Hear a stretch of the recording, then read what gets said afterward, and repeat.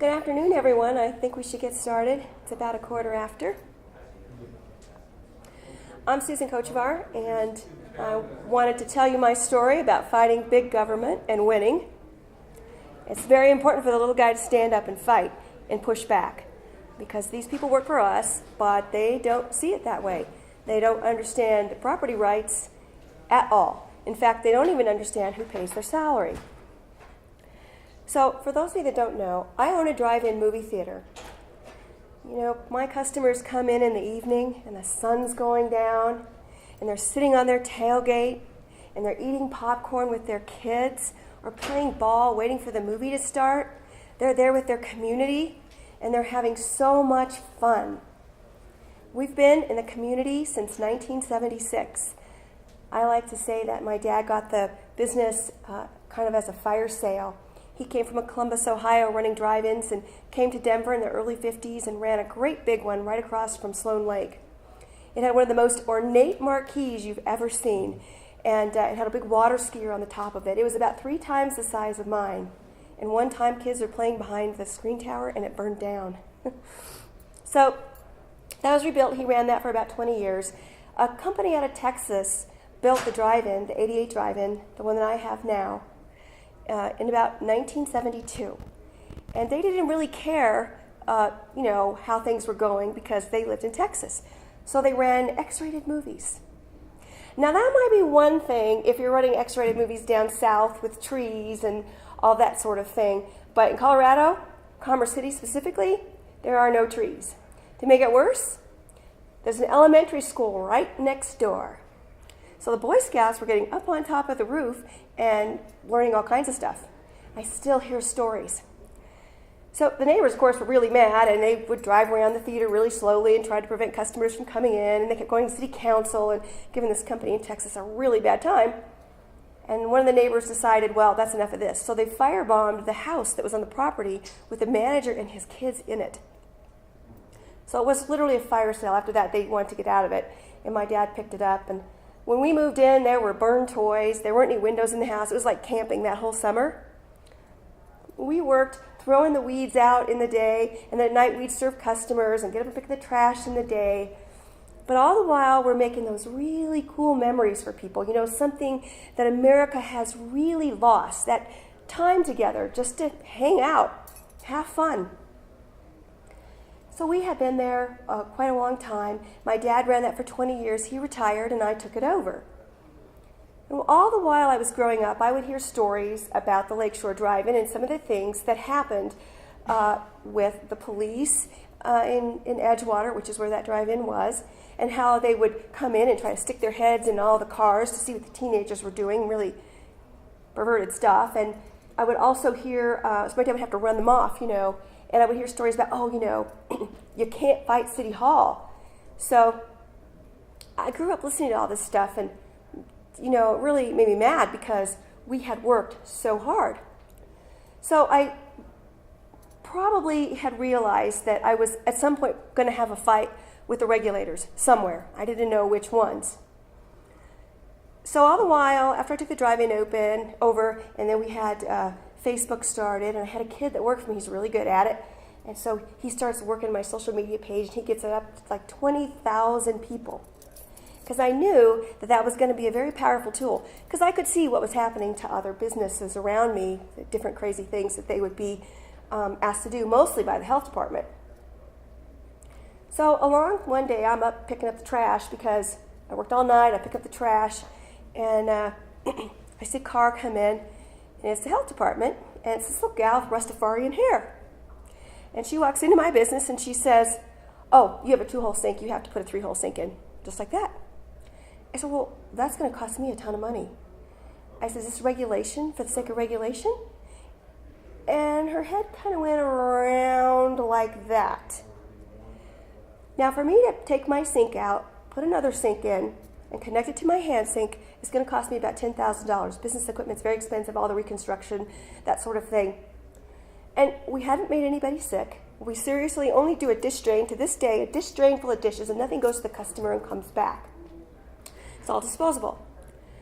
So I also see that I have to buy digital cinema equipment. If any of you know anything about the theaters, they've recently moved from 35 millimeter film, which was very heavy to ship, to digital cinema, so I just get shipped a hard drive, which is what my movie is on now.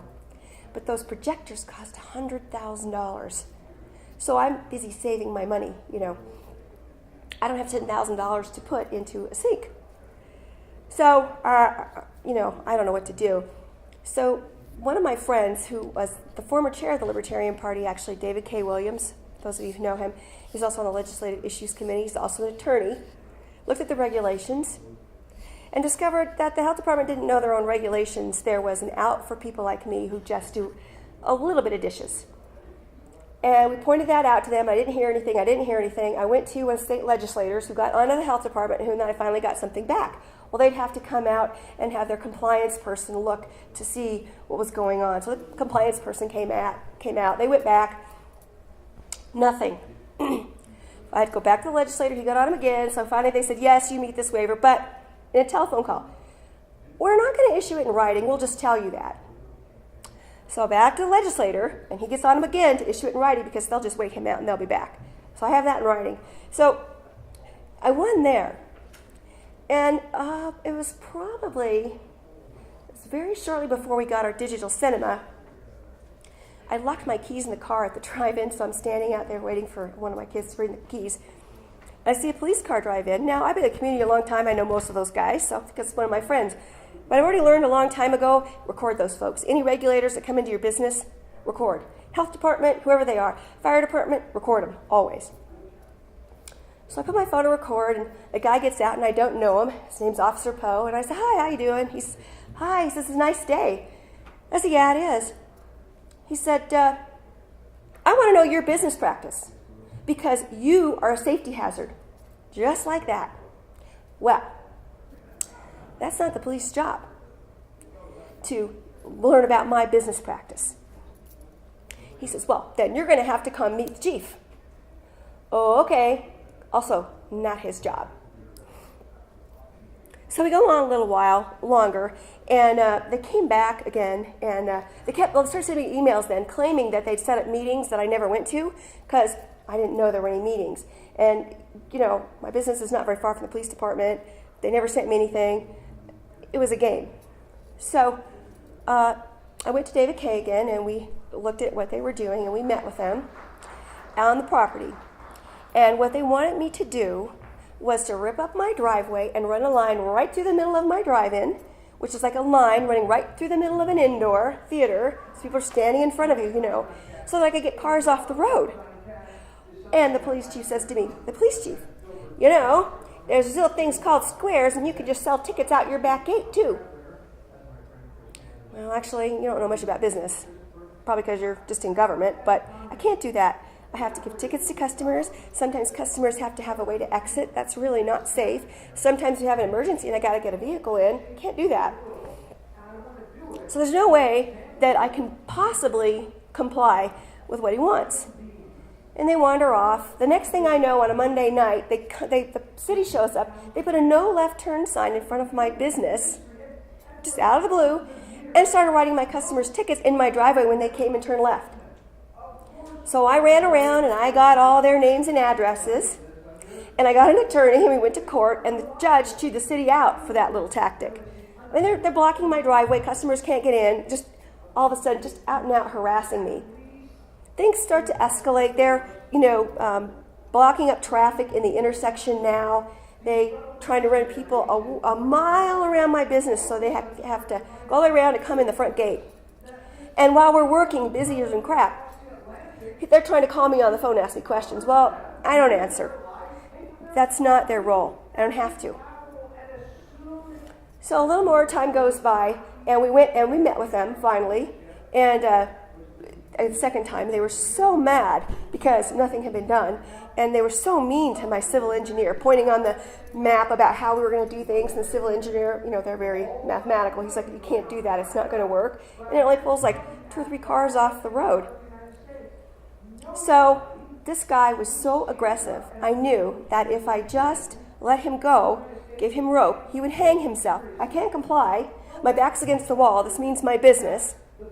Sure enough, he sent an email to my attorney, David Kay. David Kay calls me and says, "The fascist replied." It's hilarious. That kind of set the tone for the whole thing. So in this letter, he told me, "We are going to cite you personally for everybody else's driving infractions, and we're going to pull your business license." So the kid that works for me and a couple other people, we all got together and we put together a press release, we put together a petition, and we got ready to post all this stuff on Facebook. Because by now, 20,000 people. So my kid says to me, I'm like, "Okay, we're all done. Let's put it on Facebook." He's like, No, we have to put it on at 8 o'clock because that's when all of our customers, 8 p.m., that's when all of our customers are online. So the theater's running and we're upstairs, while the movie's running and looking at the computer, and he posts it, and we just couldn't hit refresh fast enough with the people complaining. This is the city's fault. They never did anything about the roads. We love this place. 20,000 of them signed the petition. It made our Facebook page is now up to 50,000 people, all because of this incident. They went to the city. They wrote them letters. They called them on the phone. And on August 8th, we went to city council, and I printed out that petition, which is about this big now, and I took it.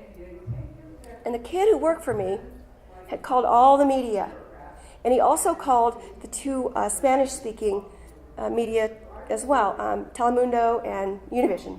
They were there as well. So I go in and I pop that big petition on the podium, and all the cameras are there. So I wanted them to make sure they got that. And I said to the city, "Who do you work for? The citizens or the police?" Well, that didn't go over too well, as you can imagine, but I had I had some things to say to them. And Univision kept calling my kid back, who also speaks Spanish, and asking him, well, the city said you should hire off-duty officers. What do you have to say about that? And he says, "That's extortion." Because that community understands extortion coming from Mexico. It's fantastic. I had people come and testify that I was the only place they can bring their kids who have cancer because they're in their cars. They can't go to indoor theaters where there's a lot of other people. So we really took it to them. And about a week later, they called and said, "Well, we'd like to have a meeting." I said, "Okay." So we met at a restaurant, and they said, "We can't pull your business license, and we can't cite you for other people's driving infractions. And we also can't fix the road in front of your business, probably for another 20 years. Well, there would have been a way to fix it, and had they negotiated with me, there would have been something they could do. I don't think this was about the road anyway. It's true we back up traffic sometimes, but only in the summer, only on a couple weekends, Fridays and Saturdays, and it gets good and backed up. But who are the roads for? The citizens and the businesses? No different than the stadium backing up people all the way down I-25. So they couldn't fix that road, and it's fine. We're still operating the same way, and the city leaves me the heck alone. My Facebook page is even bigger. I had to dig on my property the other year, and they said to me, "Oh yeah, you don't even need a permit. Just don't break anything like power lines or what." It's hilarious. They don't want any more to do with me. But the point is, you can fight back, and you should fight back, because they start thinking that they can just order you around. Their whole PR department started trying to spin the whole thing. Well, she's really a safety hazard and not cooperating and wouldn't meet with us. Not any of that was true. I also ran a Colorado Open Records request on them. They did not know when they started dealing with me who they were dealing with. I had spent a lot of time before this in activism and watched a lot of other people do a lot of pretty cool things to push back. And when I ran that Cora, what I got back was information that they had been surveilling my business without my knowledge for a whole year before. And anytime anything would happen within a mile and a half of my business, no matter what it was, they would tag my business. They were trying to set it up to make it look like I was a safety issue. They would tag stuff in the winter. We're not even there. So, knowing their tactics helps. Pulling your customers in tight helps a lot also. They're really your best warriors. after that happened, people would come in the drive-in, and they still do. They hug me. Thank you for keeping this open. My kids really love this experience. So I think that's about the end of my story. Yeah. You might have said, what city is this? It's the city of Commerce City. Commerce City. Yeah. And weren't you grandfathered from all these things that they're saying? I mean, your business existed long before they started to enforce these things. Was that one of your defenses, that you were grandfathered? No, they like to say that there's no grandfathering now. Yeah. But the citizens told them otherwise. The next thing I think I'm very worried about is the Historical Society getting involved, because then they'll try to put restrictions on my business so I couldn't sell my property if I had to. And so I have to keep an eye on what those folks are doing. I don't want to do that, but should that become necessary, I don't want them to put any encumbrances on the property. Experience lately with the Food and Drug Administration. They've got the new Food Safety and Modernization Act, which has got nothing to do with food safety. It's more to do with putting little businesses out of business. Because it was written by the industry. Yes. Which was the big guys. So all these things that we have to do, as soon as it leaves there and goes to like the supermarkets, where you don't have to do any of it. So it's really frustrating. I went to see our senator, and they're all very, oh yeah, that's terrible and everything. But will they do anything about it? Probably not. I don't see it. I mean, and it's interesting you say you should always record it when I have made that executive decision that anytime they come again, I'm going to record it, because there's absolute complete fabrications in the report from the Food and Drug Administration where they arrive at your facility in uniform, jack boots, and everything. Yep. I mean, I've never seen that before. I mean, your place is doing the same thing for 20 years. Yeah. No, I know. It's unbelievable. The regulators are out of control, Yeah. which is interesting because next door to us is Dr. Tom Cranwitter, and he's talking tongue-in-cheek sort of about his book that he wrote, Save the Swamp, and it's a book explaining to budding bureaucrats how to harass businesses, which I can testify to. Is there any kind of strategy to deal with like regulators when like whatever you're trying to do is clearly against the regulations that they wrote? Like I'm from Park County, and like a lot of people are trying to start businesses, but they're making it really hard with commercial kitchen regulations or building permits. Those are clearly in the regulations, but a lot of people are going cash jobs, cash contractors, and build stuff. And we're kind of scared, like, can these guys come after us? Because it is against the regulation or law, whichever. But we're kind of just giving them a middle finger. Yeah, well, stopping free market is really, really hard, fortunately. But the best thing you can do is take your argument to the community. One thing I find is that communities now want small, unique businesses. And you can't have that when you have all those huge regulations that are regulation for the sake of regulation. They don't make anything any safer, anything any better. Yeah. It just gives bureaucrats jobs. Just gives bureaucrats jobs. And if they think they know more than you. I had one time a city councilman, I was looking at moving to another city, and he said, well, that big screen, and that would really distract drivers.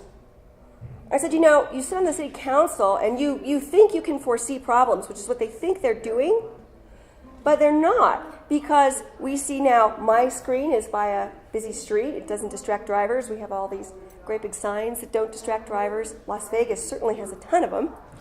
So it's just, I had to point that out to him, that just because you sit in city council and think you see problems, they make them up.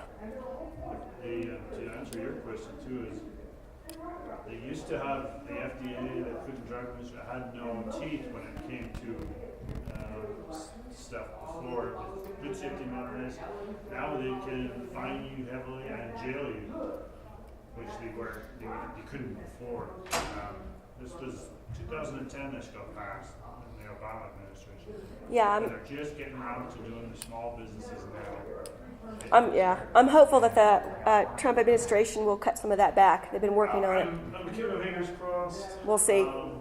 The other thing too, though, if you are just like I saw farmers markets, and I'm seriously thinking about just doing farmers markets now, and not selling to restaurants, hotels, supermarkets. Because if we just do farmers markets, they still don't have any jurisdiction. It's interesting. So, yeah, because it's We should talk. yeah. Last question. I'm going to turn it over to my partner here. At some point, you're spending a lot of your time and money fighting them. They're using your money to pay their salaries.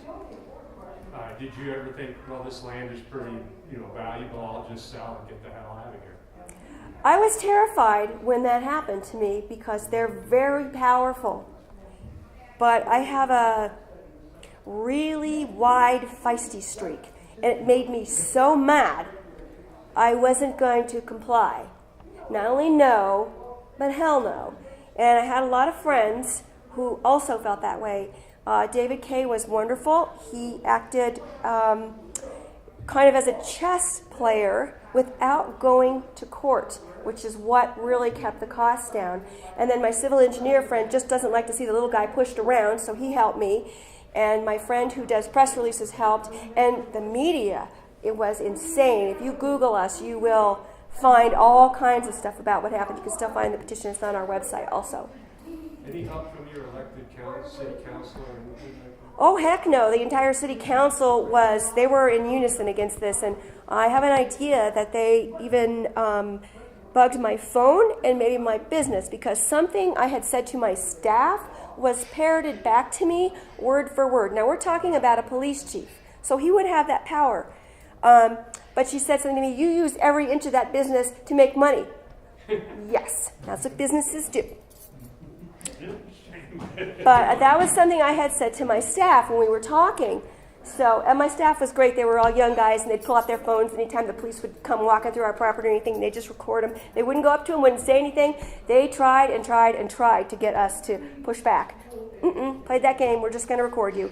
So those young guys knew a lot of stuff, and we had all that information. So those are all that kind of stuff. Recording is one of the very best things you can do. Reading the regulations and actually making sure they apply is another thing, because you will find the regulations, as we all know, are massive, and they don't know them. So I don't want to take all the time. I want to turn this over to my friend because he fought an even bigger nemesis and kind of a faceless one. So I'm going to let you introduce yourself and tell your story.